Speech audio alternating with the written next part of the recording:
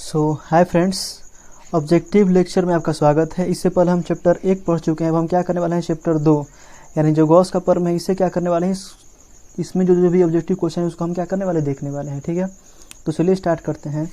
पहला क्वेश्चन है कि विद्युत क्षेत्र के किसी बिंदु पर प्रति एकांक आवेश पर लगने वाला बल क्या कहलाता है। तो ये जो क्वेश्चन है फर्स्ट चैप्टर का है।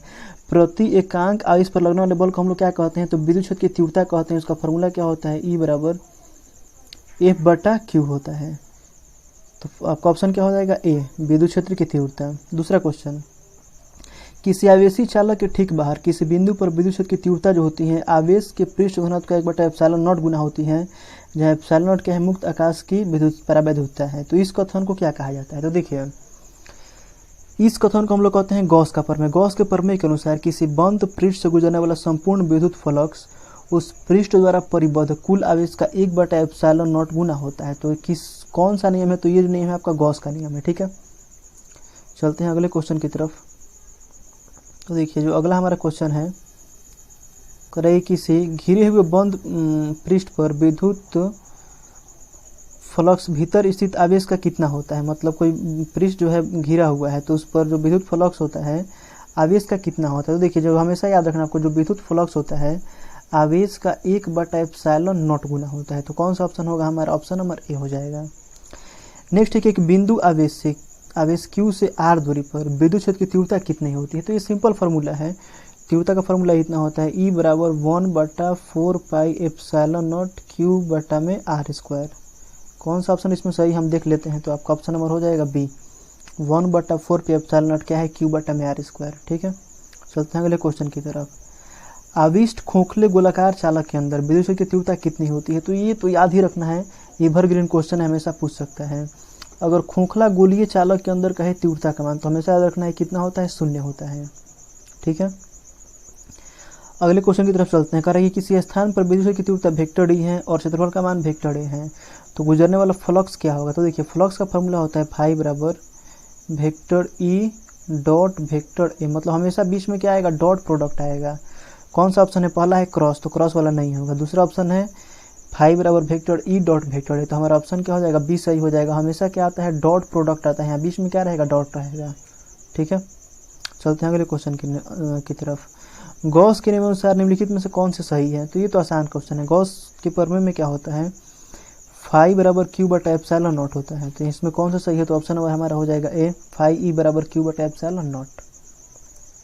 अगले क्वेश्चन की तरफ, यदि किसी सुचालक की सतह के प्रति एकांक क्षेत्रफल पर आवेश का मान कितना है, तो सिग्मा है, तो उसे गुजरने वाला विद्युत की तीव्रता कितनी होगी। तो देखिए, अगर सुचालक कोई चालक कहता है, मतलब सुचालक पर निकालना है तीव्रता का मान, तो फॉर्मूला इतना होता है, E बराबर σ/ε0। इसमें σ/ε0 दो है, इसमें भी है और इसमें भी है। इसमें तो है दो ε0 है, तो ये होगा नहीं और ये भी नहीं होगा। बचता है दो ऑप्शन, σ/ε0 के एगो स्पर्शीय है, एगो लंबवत है। तो हमेशा याद रखना है तीव्रता जो होती है सतह के लंबवत होती है, न कि स्पर्शीय। तो ये स्पर्शीय वाला ऑप्शन नहीं होगा। कौन सा हो जाएगा, आपका लंबवत वाला हो जाएगा। चलते हैं आगे। करे कि ए लंबाई की भुजा वाले घन के केंद्र पर Q आवेश स्थित है, तो घन के किसी एक पृष्ठ से निकलने वाला फ्लक्स कितना होगा। तो देखिए, घन में टोटल 6 पृष्ठ होते हैं।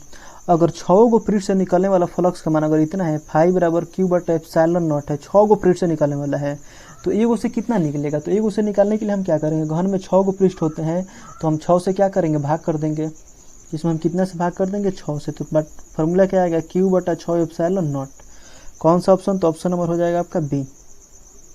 चलते हैं आगे है कि अनंत लंबाई के आवेशित बेलनाकार चालक की अक्ष से R दूरी पर विद्युत क्षेत्र कितना होगा। तो देखिए, अगर अनंत लंबाई का कोई बेलनाकार चालक आता है और पूछता है कि तीव्रता का मान कितना होता है, तो फॉर्मूला इतना होता है, E बराबर 1/2πε0 इंटू λ/r।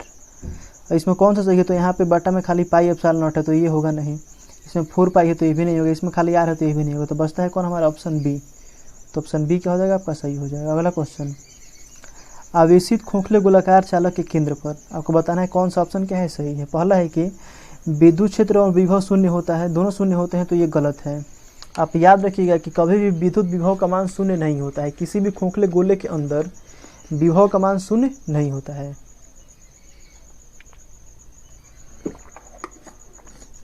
किसका मान शून्य होगा, तो विद्युत क्षेत्र की तीव्रता का मान शून्य हो जाएगा, लेकिन विभव का मान क्या होगा, शून्य नहीं होगा। तो ऑप्शन 1 होगा नहीं। 2 पे चलते हैं। विभव शून्य होता है तो ही बताए कि नहीं होता है शून्य, तो ये भी नहीं होगा। तीसरा, विद्युत क्षेत्र शून्य होता है विभव नहीं, तो ये ऑप्शन क्या हमारा सही है। खोखले गोलाकार चालक के केंद्र पर विद्युत क्षेत्र का मान क्या होता है, 0, विभव का मान 0 नहीं होता, तो ऑप्शन क्या हो जाएगा आपका सी।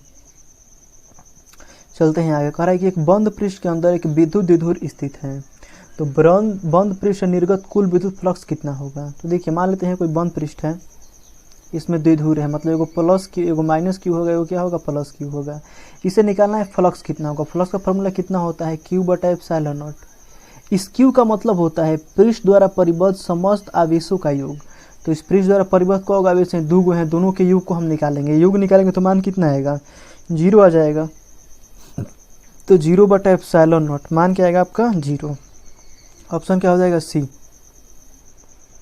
चलते हैं आगे। आगे कह रहा है कि आवेश की समतल चादर जिसका पृष्ठ घनत्व सिग्मा है के समीप आर दूरी पर विद्युत क्षेत्र की तीव्रता कितनी होती है। अब देखिए यहाँ पे, अभी आपने पढ़ा था एगो सिर्फ समतल से गुजरने वाला, तो समतल में क्या आया था, सिग्मा बटा एप्सिलॉन नॉट है, हमारा ऑप्शन नंबर बी आया था। लेकिन यहाँ कह रहा है कि समतल चादर, जब भी समतल चादर होगी तो समतल चादर का फॉर्मूला कितना होगा, तो सिग्मा बटे कितना होगा, 2 एप्सिलॉन नॉट। तो हमारा ऑप्शन क्या हो जाएगा, ई सही हो जाएगा। ये भी नहीं होगा, ये भी नहीं होगा और ये भी नहीं होगा। ये कब होगा, सिर्फ चालक कहेगा तब होगा। लेकिन यहाँ पे कह रहा है कि समतल चादर, जब चादर कहेगा तो कितना होगा, सिग्मा बटा 2 एप्सिलॉन नॉट। चलते हैं आगे। कह रहा है कि R1 R2 त्रिज्या के 2 गोलाकार चालक के पृष्ठों पर आवेश का पृष्ठ घनत्व क्या है, बराबर है, तो उनकी विद्युत की तीव्रताओं का अनुपात क्या होगा।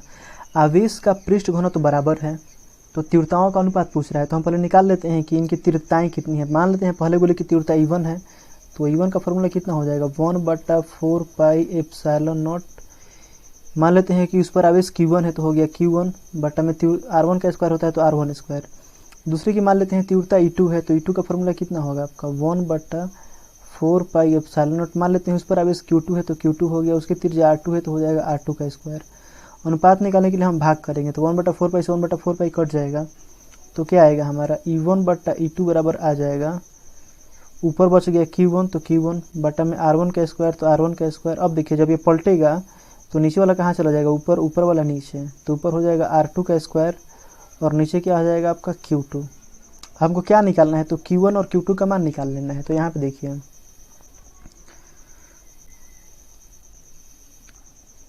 मान लेते हैं आवेश का पृष्ठ घनत्व सिग्मा है, तो सिग्मा का फॉर्मूला कितना होता है, Q बटा A।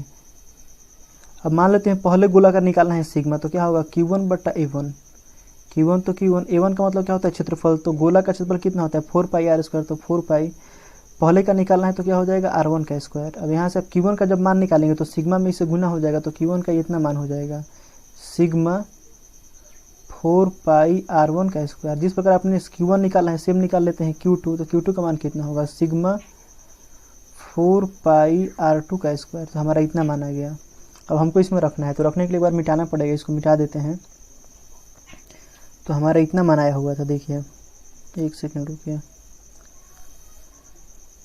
हमारा इतना मान आया हुआ था E1 बटा E2 बराबर Q1 बटा R1 का स्क्वायर गुना में था R2 स्क्वायर बटा में Q2। अब मान रखते हैं, ऊपर Q1 है तो Q1 का मान कितना था, सिग्मा 4 पाई R1 का स्क्वायर बटा में कितना है, R1 स्क्वायर, तो R1 स्क्वायर गुना तो गुना, ऊपर R2 स्क्वायर है तो हो गया R2 स्क्वायर बटा में कितना है, तो Q2 का मान कितना आया था, तो सिग्मा 4 पाई R2 का स्क्वायर। अब देखिए, R1 के स्क्वायर से R1 स्क्वायर कट जाएगा, R2 के स्क्वायर से R2 स्क्वायर कट जाएगा, सिग्मा से सिग्मा कट जाएगा, 4 पाई से 4 पाई कट जाएगा, तो कुछ भी नहीं बचेगा। क्या बच जाएगा, ऊपर भी 1 और नीचे भी 1, तो मान कितना आएगा हमारा, 1:1। तो कौन सा ऑप्शन सही है, तो देख लेते हैं कौन सा ऑप्शन है। ऑप्शन नंबर डी आपका क्या है, सही है। चलते हैं आगे। कर रहे हैं कि वायु में स्थित एकांक धन आवेश से निकलने वाले संपूर्ण विद्युत फ्लक्स का मान कितना होता है। तो देखिए, फ्लक्स का फॉर्मूला है फाई बराबर Q बटा एप्सिलॉन नॉट। अब कह रहा है कि एकांक आवेश है, तो आवेश का मान कितना हो जाएगा, 1, तो Q का मान कितना ले लेंगे, 1, तो 1 बटा क्या हो जाएगा, एप्सिलॉन नॉट। ऑप्शन क्या हो जाएगा आपका बी। चलते हैं क्वेश्चन नंबर 16 की तरफ। कह रहा है कि हाइड्रोजन परमाणु का नाभिक 10⁻⁻15 मीटर त्रिज्या का गोला है, तो नाभिक के पृष्ठ पर विद्युत क्षेत्र का मान कितना होगा। तो देखिए, विद्युत क्षेत्र का ये फॉर्मूला होता है, E बराबर 1/4 पाई एप्सिलॉन नॉट ZE बटा में होता है आर का स्क्वायर। तो यहाँ पे 1/4 का मान कितना होता है 9 गुने 10 के पावर 9 हो जाएगा। जेड का मतलब होता है परमाणु क्रमांक। तो हाइड्रोजन है, हाइड्रोजन का परमाणु क्रमांक कितना होता है 1, तो 1 हो गया। ई का मान कितना होता है 1.6 गुने 10 के पावर -19 बटा में दूरी का स्क्वायर है। तो दूरी कितना है 10 के पावर -15, स्क्वायर का मतलब 2 बार गुना, तो 10 के पावर -15 गुने 10 के पावर -15। 1.6 में गुना हुआ 1 से तो उतना ही हो जाएगा, एक फिर इसमें गुना करेंगे 9 से, तो 16 में गुना कर 1.6 में गुना करना है 9 से, तो कितना आएगा आपका 14.4। 10 के पावर 9 और -19 को जोड़ेंगे तो क्या हो जाएगा 10 के पावर -10। नीचे कितना होगा 10 के पावर 15 -15, 10 के पावर कितना हो जाएगा -30। आगे देखिए 14.4 तो 14.4 गुने 10 के पावर -10 तो -10, ये -30 से ऊपर आएगा तो +30, तो ऊपर हो जाएगा 10 के पावर 30। हम जोड़ देंगे तो हमारा इतना मान आएगा 14.4 गुने 10 के पावर -10 में 30 जोड़ेंगे 10 के पावर क्या हो जाएगा आपका 20, यानी 10 के पावर 20 में आ रहा है। तो कौन सा ऑप्शन होगा, ऑप्शन नंबर हो जाएगा हमारा डी। वोल्ट मीटर होता है यह, वोल्ट प्रति मीटर होता है, तो आपका ये नंबर ऑप्शन नंबर डी हो जाएगा। चलते हैं अगले क्वेश्चन की तरफ। अगला क्वेश्चन है कि निम्नलिखित में से किसके लिए विद्युत क्षेत्र की तीव्रता ई समानुपाती आर के पावर नॉट। आर के पावर नॉट का मतलब होगा आर के पावर नॉट चाहे किसी भी संख्या के पावर नॉट का मान कितना होता है 1, यानी ई बराबर कितना दिया है ई समानुपाती दिया है 1, यानी ऐसा कोई फार्मूला बताना है जिसमें ई समानुपाती 1 होता हो, मतलब उसमें आर नहीं आता हो। तो हम देख रहे हैं कि पहला ऑप्शन है बिंदुवत आवेश, तो ये नहीं होगा। बिंदुवत आवेश का फार्मूला कितना होता है, तो ई बराबर होता है इतना 1/4 पाई एप्सिलॉन नॉट क्यू बटा में आर स्क्वायर। इसमें आर आ रहा है तो ये होगा नहीं। दूसरा है कि विद्युत द्विध्रुव, द्विध्रुव में दो कंडीशन होता है अक्षीय निरक्षीय, और दोनों में आर आता है, तो ये भी नहीं होगा और ये भी नहीं होगा। दूसरा है आवेश की समतल चादर। अभी आपको बताया गया आवेश की समतल चादर के कारण तीव्रता का मान कितना होता है, तो इतना होता है ई बराबर सिग्मा बटा एप्सिलॉन नॉट। इसमें कहीं आर आ रहा है, नहीं आ रहा है, तो हमारा ऑप्शन कौन सा सही हो जाएगा सी। चलते हैं आगे। अगला क्वेश्चन है कि किसी दिए गए पृष्ठ के लिए गॉस का नियम इस प्रकार लिखा जाता है, इसका अर्थ क्या है। तो देखिए लिखा गया है vector E dot vector D A बराबर 0। तो आपको पता है vector E dot vector D A किसका फार्मूला होता है फाई ई का। तो ये डी ए को हम हटाएंगे तो क्या आएगा फाई ई बराबर में क्या हो जाएगा 0। इसका मतलब है फाई ई का मान कितना है 0 है। फाई को हम लोग क्या कहते हैं फ्लक्स। तो देखते हैं पृष्ठ पर ई 0 है तो नहीं है, पृष्ठ के प्रत्येक बिंदु पर ई लंबवत है तो पता नहीं है कि नहीं है। तीसरा है कि पृष्ठ होकर गुजरने वाला संपूर्ण फ्लक्स क्या है 0 है।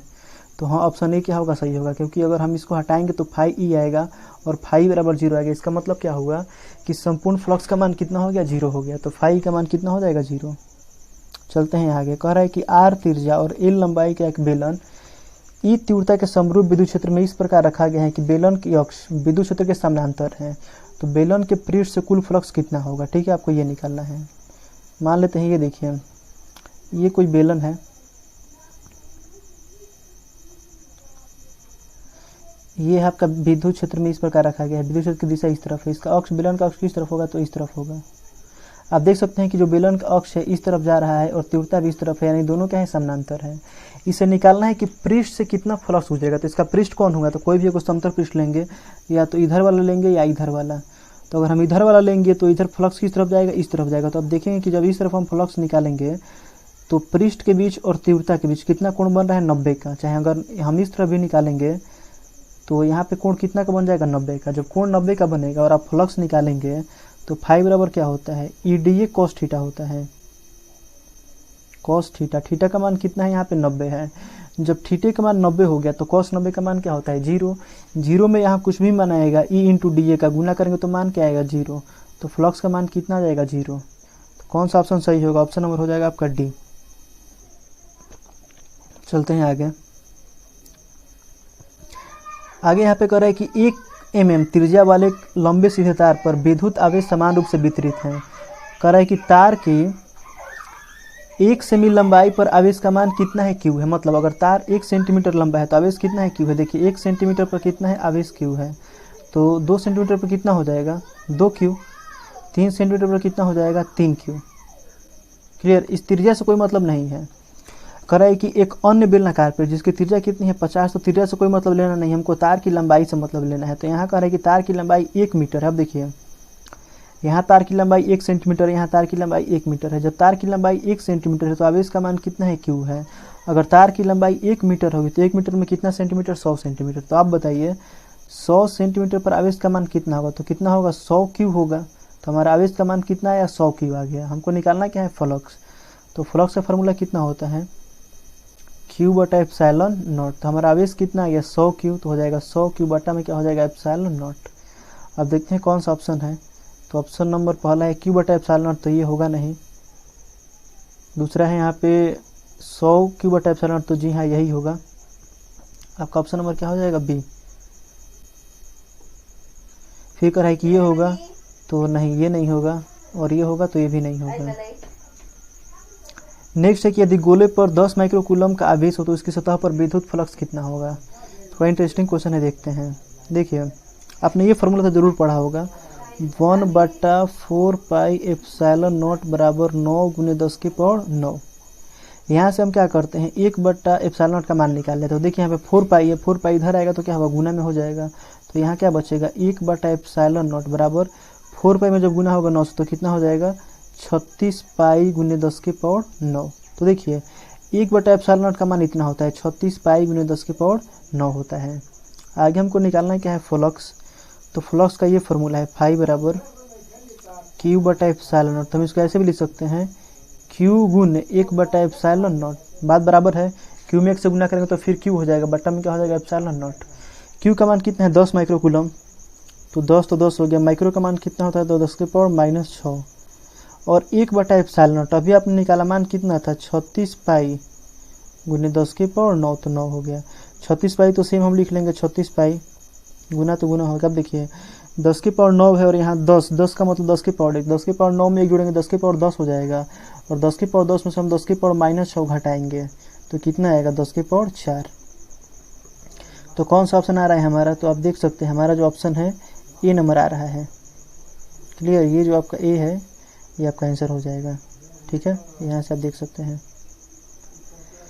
नेक्स्ट क्वेश्चन है कि दिए गए चित्र में विद्युतीय फ्लक्स 4 गो पृष्ठ दिया गया है कि ये वाला पृष्ठ S1, एक S2 है, एक S3 है, एक S4 है, मतलब किस पर अधिक होगा किस पर कम होगा। तो देखिए गॉस का प्रमेय कहता है कि फ्लक्स जो होता है पृष्ठ के आकार पर निर्भर नहीं करता है, पृष्ठ की आकार आकृति कैसी है उससे कोई मतलब नहीं है, पृष्ठ सिर्फ बंद होना चाहिए।